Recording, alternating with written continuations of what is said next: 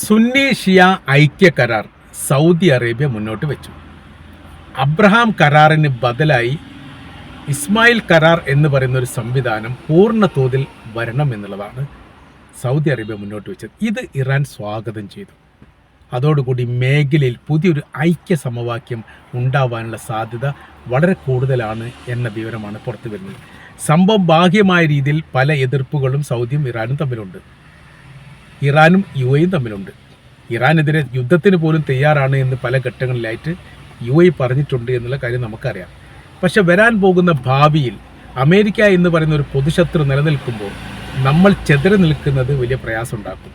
അത് മുതലെടുക്കും അമേരിക്ക എന്നുള്ളതാണ്. അബ്രഹാം കരാർ എന്ന് പറഞ്ഞാൽ ആ കാലഘട്ടത്തിൽ അബ്രഹാമിൻ്റെ കാലഘട്ടത്തിന് ശേഷം അഥവാ ഇബ്രാഹിം നബിയുടെ കാലഘട്ടത്തിന് ശേഷം അവർക്കിടയിൽ ഉണ്ടായിരിക്കുന്ന തലമുറ മാറ്റങ്ങൾ അതാണ് ഏകോപിപ്പിക്കുന്നത്. അതിൽ ഏത് വരുന്നുണ്ട്? ക്രിസ്ത്യാനിറ്റി വരുന്നുണ്ട്, മുസ്ലിം വരുന്നുണ്ട്, ജൂതന്മാർ വരുന്നുണ്ട്. ലോകത്തിൽ ഏറ്റവും പ്രബലമായിരിക്കുന്ന 3 മതസ്ഥർ അതിൽ വരുന്നുണ്ട്. ലോകത്തിൽ ഏറ്റവും ജനസംഖ്യ ഉള്ള 2 മതമാണ്. ഒന്ന് ക്രിസ്തു മതം, പിന്നീട് ഇസ്ലാം മതം. ക്രിസ്തു മതം കഴിഞ്ഞാൽ ഇസ്ലാം മതമാണ് എന്ന് മാത്രമല്ല, വരാൻ പോകുന്ന 10 വർഷത്തിനിടയിൽ ഇസ്ലാം മതം ക്രിസ്തു മതത്തേക്കാൾ കൂടുതൽ മുന്നേറ്റം ഉണ്ടാകും എന്നും ജനസംഖ്യാനുപാതികമായിരിക്കുന്ന കണക്കിൽ കാണാൻ വേണ്ടി സാധിക്കുന്നു. ഈ ഒരു സമവാക്യവും ഐക്യവും ഉണ്ടാക്കണം. അതായത് ജൂത, ക്രിസ്ത്യ, മുസ്ലിം വിഭാഗങ്ങളുമായി ബന്ധപ്പെട്ട് ഒരു സമവാക്യം ഉണ്ടാക്കണം എന്നുള്ള തന്ത്രം ഇസ്രായേലിൻ്റെതാണ്. പ്രവൃത്തി നടത്തിയത് അമേരിക്കയാണ്. കാര്യം എന്തിനാ പ്രവൃത്തി ചെയ്തത്? ആ പ്രവൃത്തി ചെയ്തത് ഇറാനെ ഒഴിവാക്കാൻ വേണ്ടിയിട്ടാണ്. സംഭവം അബ്രഹാമിൻ്റെ പിന്തുടർച്ചയിൽപ്പെട്ടവരാണ് ഷിയാക്കൾ എന്ന കാര്യം സംശയമില്ല. ഇബ്രാഹിം നബി അലൈഹി സ്വലാമിൻ്റെ പിന്തുടർച്ചയാണ് സുന്നികളും ഷിയാക്കളും. അത് തത്തുല്യമാണ്. മുസ്ലിം എന്നല്ലേ പറഞ്ഞത്, ഇസ്ലാം മുസ്ലിം അത് രണ്ടും തുല്യ വിഭാഗമാണ്. എന്നാൽ ഇറാനെ ഒഴിവാക്കിക്കൊണ്ട് മറ്റുള്ള രാജ്യങ്ങളെ ഏകോപിപ്പിക്കുക.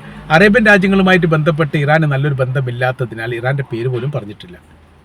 പിന്നീട് വികസനവുമായിട്ട് ബന്ധപ്പെട്ട കാര്യത്തെക്കുറിച്ച് പറയുന്ന സമയത്ത് ഗസക്ക് മധ്യ ഒരു നാഷണൽ ഹൈവേ ഉണ്ടാക്കുന്നതിനെ കുറിച്ച് പറയുന്നുണ്ട്. അങ്ങനെ ആ സമയത്ത് ഗസ എന്ന് പറയുന്ന പ്രദേശം 2 ഭാഗമായിട്ട് വേർതിരിഞ്ഞു. ഒരു ഭാഗവും തമ്മിൽ ബന്ധമില്ലാത്ത രീതിയിലേക്ക് കാര്യങ്ങൾ പോകും. മൊത്തത്തിൽ തന്നെ ഏകദേശം 40 കിലോമീറ്റർ ദൂരമാണ് ഈ ഗസ എന്ന് പറയുന്ന പ്രദേശം ആകെ തന്നെ ഉള്ളത്. ആ പ്രദേശം 2 ഭാഗമാക്കുക എന്ന് പറഞ്ഞാൽ നമ്മുടെ ഇപ്പോൾ റോഡ് എന്നൊക്കെ പറയുന്ന സമയത്ത് നമ്മുടെ നാട്ടിൻ പ്രദേശത്തെ റോഡായിട്ടാണല്ലോ കാണേണ്ടത്. ഏകദേശം 6 വരി പാതയോ 8 വരി പാതയോ വരും. ഈ പാത വരുന്ന സമയത്ത് 1-2 കിലോമീറ്റർ കഴിഞ്ഞ ശേഷമായിരിക്കും ഒരു എക്സിറ്റ് വരിക. ചിലപ്പോൾ 10 കിലോമീറ്റർ കഴിഞ്ഞിട്ടായിരിക്കും എക്സിറ്റ് വരിക. അപ്പോൾ ഒരു പ്രദേശത്തുള്ള ആളുകളും മറ്റുള്ളൊരു പ്രദേശത്തുള്ള ആളുകളും 2ആയിട്ട് മാറുകയും പരസ്പരം ബന്ധമില്ലാത്ത രീതിയിലേക്ക് എത്തുകയും ചെയ്യും. അതാ നടുക്ക് ഛേദിക്കുന്ന രീതിയിലുള്ള പ്രവർത്തികൾ. ഇനി ട്രെയിൻ വരികയാണെങ്കിലോ അതും അങ്ങനെ തന്നെയാണ്. അത് ഇതിൽ പറയുന്നതാണ്. എന്നാൽ പാലസ്തീനിൽപ്പെട്ട ആൾക്കാർ ഇതിൽ ഇൻക്ലൂഡ് ആവുന്നുണ്ടോ എന്നതിനെക്കുറിച്ച് പറയുന്നുണ്ടോ? പറയുന്നിട്ടില്ല. അപ്പോൾ ആദ്യഘട്ടത്തിൽ ഇത് അംഗീകരിക്കപ്പെട്ട രാജ്യങ്ങളൊന്ന് യു എ ആണ്. പിന്നെ ഘട്ടം ഘട്ടമായ രീതിയാണ് പല രാജ്യങ്ങളും അംഗീകരിച്ചത്. ഏറ്റവും ഒടുവിലാണ് സൗദി അറേബ്യ അംഗീകരിച്ചത്. സൗദി അറേബ്യ അംഗീകരിച്ചതുമായിട്ട് ബന്ധപ്പെട്ട കാര്യത്തെക്കുറിച്ച് അവർ തന്നെ പറയുന്നുണ്ട്, ഞങ്ങളെ സമ്മർദ്ദത്തിലാക്കിയിട്ട് ഈ പ്രവൃത്തി ചെയ്യാൻ പറ്റാത്തൊരു സാഹചര്യം വന്നപ്പോഴാണ് ഞങ്ങളിത് സമ്മതിച്ചത്. അപ്പോൾ കുറേ ആഭ്യന്തര വിഷയങ്ങളൊക്കെ ഒരു പക്ഷേ ഉണ്ടാവാൻ സാധ്യതയുണ്ട് എന്ന് വിലയിരുത്താം. അങ്ങനെ അവർ എന്ത് ചെയ്തു? അവരതിൽ ഇൻക്ലൂഡ് ആയ സമയത്താണ് പിന്നീട് ഹമാസിൻ്റെ ആക്രമണം ഇസ്രായേലിന് നേരെ ഉണ്ടാകുന്നത് 2023 ഒക്ടോബർ 7-ാം തീയതി. ആ ആക്രമണത്തോടു കൂടി കാര്യങ്ങൾ കൈവിട്ടുപോയി, ചെതറപ്പെട്ടുപോയി.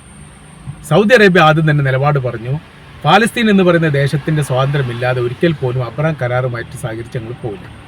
അബ്രഹാം കരാറിൽ ഏറ്റവും വലിയ പ്രത്യേകത എന്ന് പറഞ്ഞാൽ ഒരു രാജ്യത്തെ മറ്റേതെങ്കിലും ശത്രു രാജ്യം ആക്രമിച്ചാൽ തത്തുല്യമായ രീതിയിൽ ചേർന്ന് നിന്നുകൊണ്ട് അവരെ ആക്രമിക്കും എന്നുള്ളതാണ്.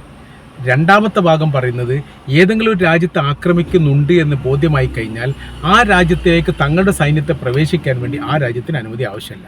അതുകൂടി പറയുന്നുണ്ട്.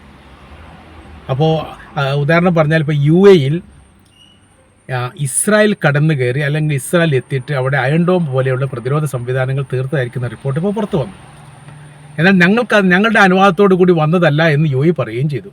അപ്പോൾ യു എയിലേക്ക് പ്രവേശിക്കാൻ വേണ്ടിയിട്ട് ഇസ്രായേലിന് അനുമതി ആവശ്യമില്ല എന്ന് കരാർ വ്യവസ്ഥയിൽ പറയുന്ന തരത്തിലാണ് ഇതിനെ വ്യാഖ്യാനിക്കാൻ വേണ്ടി സാധിക്കുക.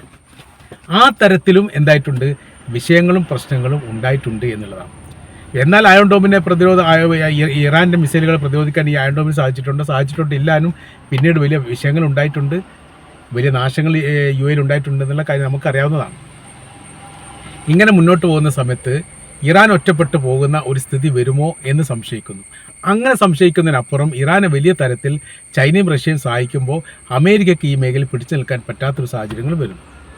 അപ്പോൾ പിന്നെ ഒരു യോജിപ്പിൻ്റെ മേഖലയില്ല, അതായത് ചെതറിയെ കൊണ്ട് പരസ്പരം തമ്മിൽ തെറ്റിക്കുന്ന ഒരു പരിപാടി ഇവിടെ ബ്രിട്ടീഷുകാർ ഇന്ത്യയിൽ ചെയ്ത അതേ പ്രവൃത്തി, ആ പ്രവർത്തനമാണ് ഇപ്പോൾ അമേരിക്ക ഈ മേഖല രാജ്യങ്ങളും തമ്മിൽ ചെയ്തുകൊണ്ടിരിക്കുന്നത് അല്ലെങ്കിൽ ഉണ്ടാക്കിക്കൊണ്ടിരിക്കുന്നത്. ഈ യുദ്ധവുമായിട്ട് ബന്ധപ്പെട്ട് പല റിപ്പോർട്ടിലും പറയുന്നുണ്ട് പല ആക്രമണം നടത്തിയത് ഇറാനല്ല. പിന്നീടുള്ള അന്വേഷണത്തിൽ അത് ഇസ്രായേലും അമേരിക്കയുമാണ് തെളിഞ്ഞിട്ടുണ്ട്. അത് സൗദി അറേബ്യയിലെ ഓയിൽ റിഫൈനറി ഫാക്ടറിക്ക് നേരെ അറാംകോക്ക് നേരെ ആക്രമണം നടത്തി. ഇറാൻ പറഞ്ഞു ഞങ്ങളല്ലെന്ന്. പിന്നെ ആര് എന്നതിനെക്കുറിച്ച് അന്വേഷിക്കുന്ന സമയത്ത് എത്തുന്നത് ഒന്നുകിൽ ഇസ്രായേലിലേക്കാണ് അല്ല അമേരിക്കയിലേക്കാണ്. പിന്നെ അതിനെക്കുറിച്ച് പറയാൻ വേണ്ടി സാധിക്കില്ല. പിന്നെ അവിടെ ഒറ്റപ്പെട്ടു പോകുന്ന പ്രശ്നം, ഒരുപാട് സങ്കീർണമായിരിക്കുന്ന വേറെ വിഷയങ്ങൾ നിലനിൽക്കുന്നു എന്നതിനാൽ അതിന് തുടർ ചലനങ്ങളൊന്നും ഉണ്ടായിട്ടില്ല എന്നുള്ളത് യാഥാർത്ഥ്യമാണ്. അപ്പോൾ ഇപ്പോൾ ഇതിൽ നിന്ന് വ്യത്യസ്തമായ രീതിയിൽ രണ്ട് ശക്തികൾ എന്ന് പറഞ്ഞാൽ അറേബ്യൻ രാജ്യങ്ങളെ സംബന്ധിച്ചിടത്തോളം അവർക്ക് സാമ്പത്തിക വളർച്ച വളരെ കൂടുതലാണ്, സമ്പത്തുണ്ട്, എന്നാൽ സൈനിക ശക്തി കുറവാണ്. ഇറാനെ സംബന്ധിച്ചിടത്തോളം സാമ്പത്തിക മേഖല പരിതാപകരമാണ്, എന്നാൽ സൈനിക ശക്തി വളരെ ദൃഢമാണ്. അപ്പോൾ ഒരു ഭാഗത്ത് സൈനിക ശക്തിയും ഒരു ഭാഗത്ത് സാമ്പത്തിക ശക്തിയും, ഈ രണ്ട് ശക്തികളും ഒന്നിച്ചു കഴിഞ്ഞാൽ മേഖലയിൽ വലിയ മുന്നേറ്റം ഉണ്ടാക്കാൻ വേണ്ടി സാധിക്കും. അമേരിക്കയുടെ അഡ്രസ്സ് പോലും അറേബ്യൻ മേഖലയിൽ ഇല്ലാത്തൊരു സാഹചര്യങ്ങൾ സൃഷ്ടിക്കണമെങ്കിൽ ഇറാൻ വേണം. അറേബ്യൻ രാജ്യങ്ങൾ എല്ലാവരും കൂടി ഒന്നിച്ചാലോ നടക്കില്ല. കാരണം അവരെടുത്ത് സൈനികപരമായിരിക്കുന്ന ബലവും ശക്തിയുമില്ല, അതുള്ളത് ഇറാനാണ്. അപ്പോൾ ഇറാനെ ഈ മേഖലയിൽ കൊണ്ടുവന്നിട്ട് സുന്നി ഷിയ ഐക്യ സംവിധാനം ഉണ്ടാക്കി പുതിയൊരു രാജ്യം അല്ലെങ്കിൽ പുതിയൊരു സംവിധാനം സൃഷ്ടിക്കുക എന്നുള്ളതാണ് ആശയം. ഈ ആശയത്തിന് സൗദി അറേബ്യയും ഖത്തറും ബഹ്റൈൻ അടക്കമുള്ള ഒരുപാട് രാജ്യങ്ങൾ, ഇറാൻ അടക്കമുള്ള രാജ്യങ്ങളും പിന്തുണച്ചു.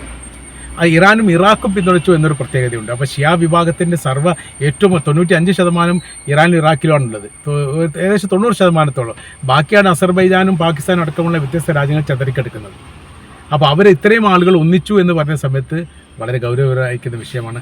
അത്തരമൊരു ഐക്യം ഉണ്ടായാൽ ഒരിക്കൽ പോലും അമേരിക്കയ്ക്ക് മിഡിൽ ഈസ്റ്റുമായിട്ട് ബന്ധപ്പെട്ട് നിലനിൽക്കാൻ സാധിക്കുകയില്ല എന്നുകൂടി തീർച്ചയായിട്ടും നമ്മൾക്ക് വായിച്ചെടുക്കാൻ വേണ്ടിയിട്ട് സാധിക്കുന്നുണ്ട്.